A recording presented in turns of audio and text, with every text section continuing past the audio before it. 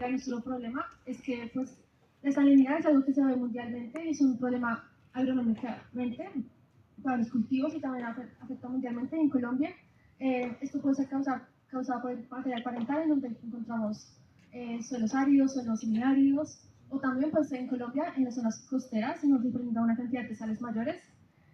También esto se puede ver por el mal riego, el mal de riego, también riegos con altas cantidades de sales. Bueno, ¿qué sucede en la planta fisiológicamente cuando está con este estrés de salinidad? Pues esta cantidad de sales puede disminuir la absorción de nutrientes para la planta. Esto es por los antagonistas iónicos, en donde están más altos los excesos de sodio, que estos limitan como las absorciones de calcio, potasio y cloro, que compiten con el nitrato. También pues este daño puede afectar el estrés osmótico, ya que pues no va a haber una no va a haber una absorción de agua adecuada. Bueno, para el objetivo general, pues puede determinar nuestros niveles de salinidad sobre los parámetros fisiológicos y de rendimiento del rábano Zacata 19, del híbrido Zacata 19.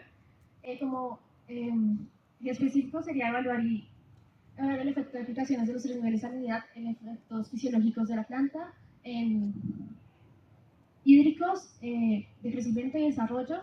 Para nuestra hipótesis fue las plantas de rábano sometidas en diferentes niveles de salinidad experimentaran más reducción significativa de los parámetros fotosintéticos, de crecimiento, de desarrollo y de crecimiento, desarrollo y estado hídrico de la planta, y pues el rendimiento se comparará con las plantas que estuvieron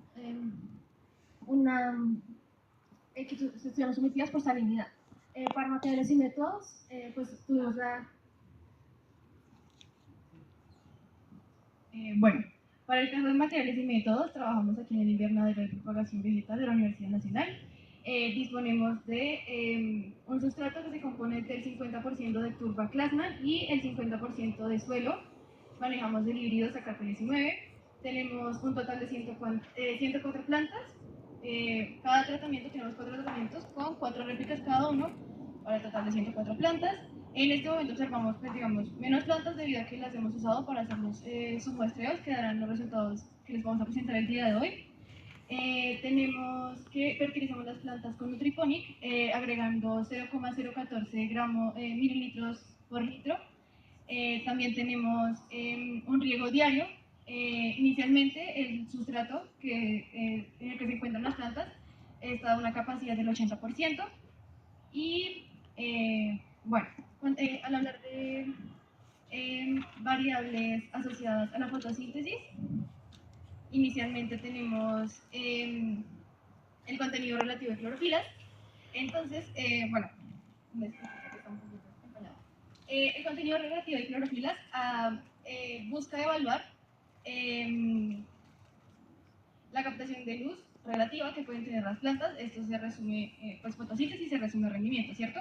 Entonces, en este caso, bueno, tenemos 4 tratamientos. El primer tratamiento o tratamiento control tiene 0 milimolar de contenido de sal. El tratamiento número 2 tiene 44 milimolar de sal. Usamos cloruro de sodio. El tratamiento número 3 tiene 66 milimolar de sal.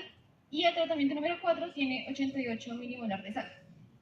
Entonces, en cuanto al contenido relativo de clorofilas, al hacer pues, un análisis estadístico NOVA, no tuvimos diferencias significativas entre los tratamientos.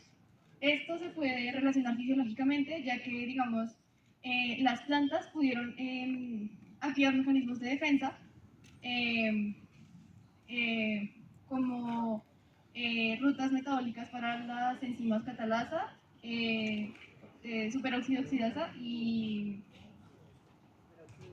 superoxidasa dismutasa. Esto quiere decir, bueno, sabemos que las especies reactivas de oxígeno pueden degradar las membranas. Esto puede afectar directamente al aparato fotosintético. Al observar que en nuestro análisis no tuvimos diferencias significativas, pues podemos afirmar que las plantas activaron la ruta metabólica, pues para la síntesis de enzimas que atacaron estas especies reactivas de oxígeno. En la siguiente variable relacionada a la fotosíntesis tenemos el número de estomas. De litios. Bueno, Al hablar del número en la apertura de estomas, pues podemos decir que esta es como una variable que se relaciona con la fotosíntesis, porque la apertura de estomas permite la entrada de dióxido de carbono a la planta para que se desarrolle correctamente la fotosíntesis. En este caso, pues evaluamos, bueno, para hacer la medida de la fotosíntesis, de la apertura de estomas, qué pena, lo que hicimos fue, en vez de la hoja, aplicar esmalte transparente a fin de obtener como una imprenta de los estomas, pues en el momento en el que medimos esta variable. Luego ubicamos una cinta transparente para pues, sacar la imprenta que hicimos con el esmalte, y esta se puso sobre un portaobjetos. Esto se visualiza en un microscopio, y pues se hace se cuentan los estomas abiertos, parcialmente abiertos y cerrados. Bueno, para este caso, en el análisis estadístico obtuvimos que el tratamiento control comparado con el tratamiento de 88 milimolar tuvo diferencias estadísticas en cuanto a que la apertura estomática en el de 88 milimolar comparado con el control de 0 milimolar, este presenta una mayor cantidad de estomas cerrados. Esto fisiológicamente hablando nos puede indicar que pues la planta, para evitar la pérdida de agua la pérdida de agua no, sino, bueno, sí, la pérdida de agua por transpiración causada por salinidad, que esto se puede relacionar con un estrés osmótico, lo que hace es inducir el cierre estomático mediante la síntesis de ácido abscísico, que esto lo que busca es dar turgencia a las células oclusivas, que son las que se encargan de la apertura estomática o el cierre estomático. Entonces, si una planta busca cerrar estomas, implica que ha entrado en un estrés osmótico, por lo que digamos que en este caso la planta, para evitar la pérdida de agua por transpiración, procede a cerrar los estomas. En el caso de los tratamientos de 44 milimolar y 66 milimolar, comparado con el tratamiento control, no se observan diferencias estadísticas significativas, lo que nos podría decir pues que estas plantas no usaron el mecanismo de cierre de estomas para, pues digamos, tratar como mecanismo de defensa en cuanto al cierre, al estrés osmótico. También tenemos medimos la variable de temperatura. Esta se hizo con un termómetro infrarrojo, perdón, y se hicieron 5 pulsos. Temperatura de hojas, primero. Esta se hizo pues con un termómetro infrarrojo y se hicieron 5 pulsos en cada hoja, en diferentes partes de la hoja, para hacer un promedio y que este nos dé la temperatura pues que tiene esa hoja. Bueno, en este caso sabemos que la temperatura se relaciona, digamos, también con el cierre estomático, o con la apertura estomática, y nos habla de qué forma la planta está transpirando, regulando su temperatura. Y pues de la misma forma, haciendo intercambio de gases, dióxido de carbono, pues para poder hacer la fotosíntesis correctamente. Que nuevamente, una buena fotosíntesis se relaciona directamente con un buen rendimiento. En este caso, las temperaturas, el tratamiento control comparado con el tratamiento de 88 milimolar tiene diferencias significativas. El control con el tratamiento de 66 molar también tiene diferencias significativas, y el control comparado con el tratamiento de 44 milimolar también tiene diferencias significativas. En este caso, pues podemos afirmar que la planta, pues digamos, para evitar, al cerrar sus estomas, aumenta la temperatura dentro de la hoja, ¿cierto? Entonces, esto implica que la energía que, bueno,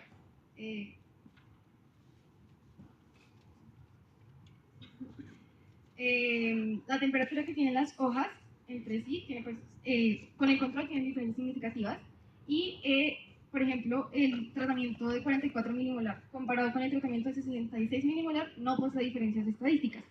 La temperatura, pues como he estado hablando, nos puede indicar la transpiración que está haciendo la planta.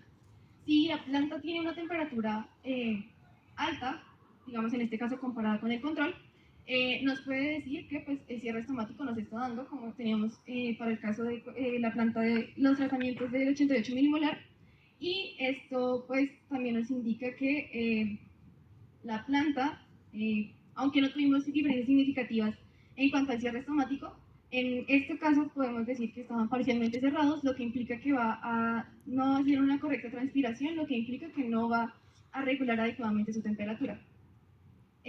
También tenemos en cuenta que pues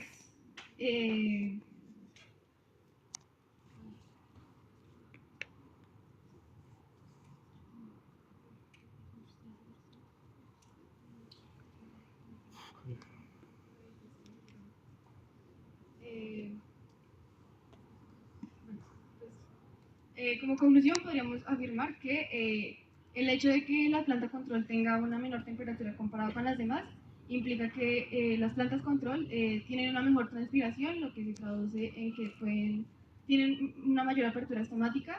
Y en cuanto a la fotosíntesis, pues podríamos afirmar que fisiológicamente las plantas del tratamiento número 4, que es la que tiene mayor contenido de sal, un contenido de 88 milimolar,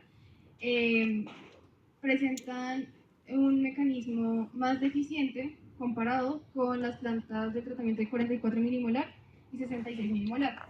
Por lo que se esperaría, como se observa en estas plantas, digamos por ejemplo el control, observamos un mayor llenado de la raíz tuberosa y por ejemplo el 88 milimolar presentamos un menor llenado de raíz tuberosa. Entonces, al hablar de fotosíntesis, como tenemos una fotosíntesis más eficiente en el de 44 molar, lo podemos observar fenológicamente en cómo la planta con 88 milimolar tiene un menor llenado de la raíz tuberosa, pues que hablando de rendimiento. Bueno, ahorita comenzamos con el contenido relativo de agua, por el cual pues medimos prácticamente que se define como la cantidad de agua que tiene pues prácticamente la planta. Para determinar esa parte pues prácticamente cogimos un disco de una hoja, lo llevamos, le designamos agua y de ahí lo pasamos pues prácticamente ha secado y por esto pues prácticamente pues miramos la diferencia entre cuando tenía mucha agua y cuando tenía estaba ya más seca. En esta parte pues miramos que hay una diferencia significativa entre el control y el tratamiento 4, el control y 88 milimolar de salinidad, por lo cual podríamos decir que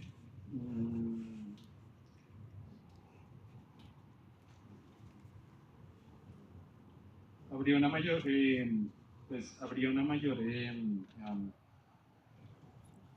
eficiencia a la hora de tomar los nutrientes prácticamente por la raíz, el control que tenemos a diferencia de 88 milimolar.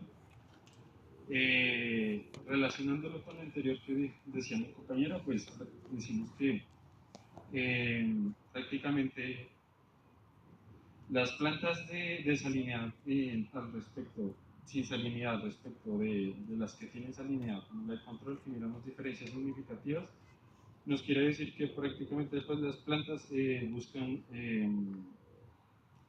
mecanismos para detener la arroz, prácticamente para impedir un daño de membranas y así pues, poder no tener se podría decir, un estrés muy severo frente a lo que se está presentando.